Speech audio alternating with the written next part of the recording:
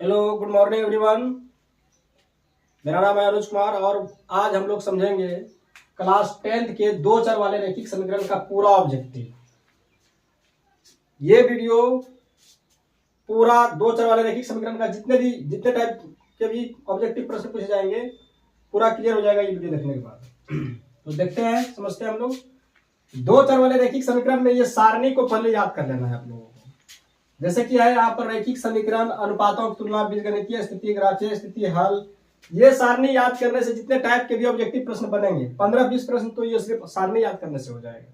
तो सारणी क्या है? रैखिक समीकरण अनुपातों की तुलना। अगर a1/a2 बराबर b1/b2 होगा तो ये बीजगणितीय स्थिति इसका क्या होगा? वो द्वितीय हल होगा, यानी कि केवल एक हल होगा। और ग्राफीय स्थिति में रेखाएं प्रतिच्छेद करती है, हल संगत हल होगा। ये किस स्थिति में? जब ये दोनों बराबर नहीं होंगे। और यदि a1/a2 बराबर b1/b2 बराबर c1/c2 हुआ तो ये अपरिमित रूप से अनेक हल हो जाएगा, रेखाएं समपाती होगी और हल में अगर देखा जाए तो ये आश्रित संगत हो जाएगा। तीसरा कंडीशन है a1/a2 बराबर b1/b2 not equal to c1/c2, तो इसका कोई हल नहीं होगा और रेखाएं क्या हो जाएगी? समांतर होगी और हल में असंगत हल होगा। रेखाएं का बात करें तो आप लोग ग्राफीय विधि से समीकरण बनाए होंगे। अगर भी ग्राफ में जैसे कि ये मान लेते जीरो, ये एक्स अक्ष है, ये एक्स अक्ष है और ये इधर वाई अक्ष वाला रहता है। तो अगर दो रेखाएं आकर के प्रतिच्छेद कर जाएगी तो इसी को कहते हैं प्रतिच्छेदी रेखाएं, क्योंकि इसमें दो को हल रहता है तो दोनों का हल जो है टकराता है। और रेखाएं संपाती कब होती है? जब वो परिमित रूप से अनेक हल होता है तो सब दोनों का एक्स और वाई का दोनों समीकरण का एक ही हल हो जाता है। तो ये रेखाएं इसमें क्या हो जाती है? संपाती हो जाती है। और इसमें रेखाएं समांतर होती है। समांतर का मतलब बिल्कुल एकदम समान दूरी का होना। अब इनमें से 5 टाइप के प्रश्न है जो कि इस सारणी को अगर कंप्लीट आप लोगों ने देख लिया है तो ये पांचों टाइप के प्रश्न को आसानी से हम लोग हल कर सकते हैं। जैसे पहला टाइप का प्रश्न है, यदि a1/a2 बराबर b1/b2 बराबर c1/c2 समीकरण निकाय इतना और इतना के का है तो इसका ऑप्शन है कोई हल नहीं है, एक द्वितीय हल है, अपरिमित रूप से अनेक हल है, दो हल है। इस टाइप के प्रश्न जो है 2022 में पूछा गया था। आप लोग देख सकते हैं ये प्रश्न है, इसी टाइप का प्रश्न पूछा गया है। ये 5 टाइप का प्रश्न आप लोगों ने कर लिया, ये प्रूफ के साथ है, कर लिया तो मैं गारंटी देता हूं कि इससे एक भी प्रश्न आप लोग नहीं छोड़िएगा दो चर वाले रैखिक समीकरण से। तो देखते हैं, ये तीनों अगर बराबर रहता है तो सोचिए कि इसमें तीनों अगर बराबर रहता है तो क्या होता है? कोई हल नहीं, एक द्वितीय हल या अपरिमित रूप से अनेक हल। तो आप लोग एकदम बिल्कुल कहेंगे कि वो अपरिमित रूप से अनेक हल होगा सर, क्योंकि तीनों बराबर है। बिल्कुल सही है। तो इस प्रकार से आप लोग देखा कि इस सारणी से इस टाइप का प्रश्न को या तो इस तरह का भी कर सकता है कि ये दोनों बराबर नहीं है तो हम लोग किसमें मार देंगे? और द्वितीय हल या एक हल में केवल। या ग्राफीय स्थिति पूछा, किसका ग्राफीय स्थिति क्या होगा? तो रेखाएं प्रतिच्छेद करेगी।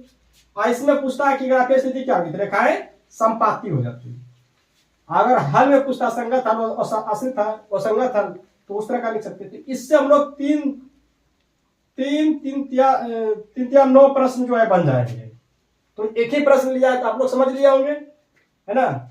जगह कम है इसलिए एक ही प्रश्न से आप लोग समझ लीजिएगा कि इस टाइप का जो कोई प्रश्न रहेगा तो हम लोग बना सकते हैं। और इसका स्क्रीनशॉट ले लीजिएगा और इसको याद कर लीजिएगा, एक बार आसानी से सभी प्रश्न बन जाएंगे। दूसरे टाइप का प्रश्न सब लोग समझते हैं कि रैखिक समीकरण युग्म इतना और इतना का हल है। ये टाइप का प्रश्न भी 2022 में पूछा गया था। जैसा कि अभी क्वेश्चन में हम दिखाया आप लोगों को, इस टाइप से प्रश्न पूछा गया है। तो इसको हल करने में अगर विलोपन विधि से हल करेंगे या और किसी विधि से हल करेंगे तो काफी समय लग जाएगा। हम बहुत आसान तरीका बताते हैं। अगर x और y का मान निकालना हो तो कैसे निकालेंगे? हम लोग को यहाँ पर 2x माइनस वाई बराबर कितना पुराना है? 5 पुराना है। इसमें अगर हम लोग x का मान रख करके देखते हैं, जैसे कि 2x माइनस वाई बराबर कितना है? 5 है। तो हम लोगों को 5 पुराना है। अगर x का मान इसमें 2 रखते हैं तो 2 गुना 2 और माइनस वाई का मान कितना? -1 है। तो -1 तो 4 प्लस 1 बराबर 5। हम लोग देख रहे हैं कि पहला ही ऑप्शन में मान रखने पर ये 5 पुर रहा है और अगर ये मान रखते हैं 4 पुरता है, जैसे कि 3x प्लस 2y बराबर कितना है? 4 है। इसमें भी x का मान रख के देखते हैं, x का मान है 2 तो 3 गुना 2 और 2 गुना -1 बराबर, तो ये 3 दूनी 6 -2 बराबर 4। इसमें भी 4 के बराबर 4 पुर रहा है, इसका मतलब ये ए नंबर सही होगा। हम लोग ऑप्शन ए का मान रख के देखेंगे, जिस भी ऑप्शन में दोनों साइड बराबर पुर गया मान रखने पर, ये एक्स और वाई का मान दिया है ना, तो एक्स और वाई का मान अगर देने पर अगर ये साइड के बराबर पुर जाएगा तो समझ लेना है कि वही तो ऑप्शन उसका सही होगा। बिल्कुल आसान है। आप लोग कोई भी समीकरण को इस तरह से हल करके ऑप्शन दिया रहेगा तो इसको बना सकते हैं, नहीं तो विलोपन विधि का चक्कर में रहिएगा ना तो पता चलेगा ये पेज बर्बाद हो गया और टाइम भी बर्बाद हो गया, उसमें भी सही निकलेगा कि गलती निकलेगा, तो ज्यादा टाइम लग जाएगा। 3 नंबर का देखते हैं प्रश्न। इसमें कह रहा है समीकरण निकाय इतना के अद्वितीय हल होने के लिए क्या का मान ज्ञात कीजिए। इतना का अद्वितीय हल, ये प्रश्न बहुत ज्यादा इंपॉर्टेंट है। 3 नंबर का के का मान निकालने के लिए दिया जाता है। अच्छा, यहाँ पर शर्त क्या पूछ रहा है, अद्वितीय हल। अद्वितीय हल होने के लिए के का मान ज्ञात कीजिए। तो अद्वितीय हल का भैया क्या शर्त था, इसमें शर्त था इसका a1 बटे a2 नॉट टू b1 बटे b2। तो इसमें अगर हम लोग x का यहाँ देखें, a1 कितना है इसका, a2 हो गया, a1 कितना था 2 और a2 कितना है, चलो ये भी 2 है। अब b1 कितना है, b1 है y, इधर b1 कितना है, यानी कि 1 है b1 और इधर कितना है माइनस के है, तो ये हो जाएगा -2 के बराबर 2 और के बराबर हो जाएगा -1। यहाँ पर ऐसे हम लिख देते हैं -2 के बराबर 2 और के बराबर हो जाएगा 2 बटे -2, ये कटेगा तो के बराबर -1 हो जाएगा। कितना हो जाएगा -1। अद्वितीय हल, अद्वितीय हल होने के लिए -1, 1 नंबर ही ऑप्शन दिया है। के का मान कितना हो जाएगा -1। उसी प्रकार से दिया है यदि रैखिक समीकरणों का कोई युग्म असंगत तब इसके आलेख की रेखाएं होंगी। हल कैसा है, वो संगत, तो इसका क्या पूछा जा रहा है, आलेख की स्थिति, यानी ग्राफ की स्थिति। ग्राफ को ही क्या कहा जाता है, आलेख। ग्राफ को ही क्या कहा जाता है, आलेख। तो आलेख की स्थिति पूछ रहा है कब, जब हल जो है ना समीकरण का ओ संगत हो। कैसा हल हो, ओ संगत हल हो। ओ संगत हल होने पर आलेख की स्थिति कैसी होगी, तो समांतर होगी। सिंपल सी बात है, कैसी होगी, समांतर हो जाएगी। अगर असंगत हल हुआ तो रेखाओं की स्थिति समांतर हो जाएगी।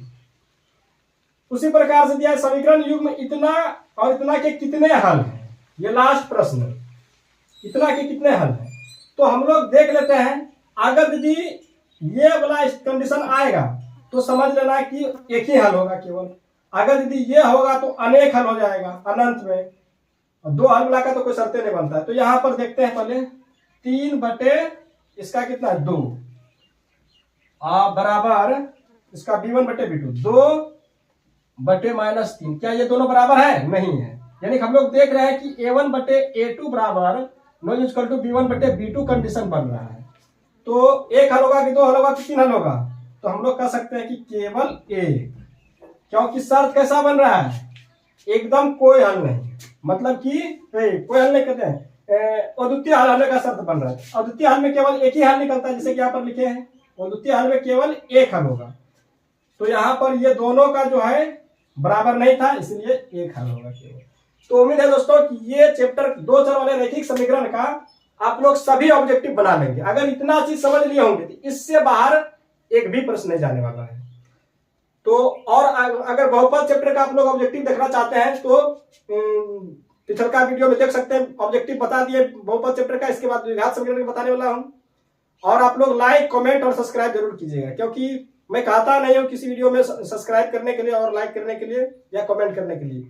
1-2 को फ्रेंड्स है, जैसे कि मनोज शर्मा है और सब जो है, जैसे कि शांति कुमारी, ये सब जो है कमेंट देखते करते मुझे बहुत खुशी मिलती है।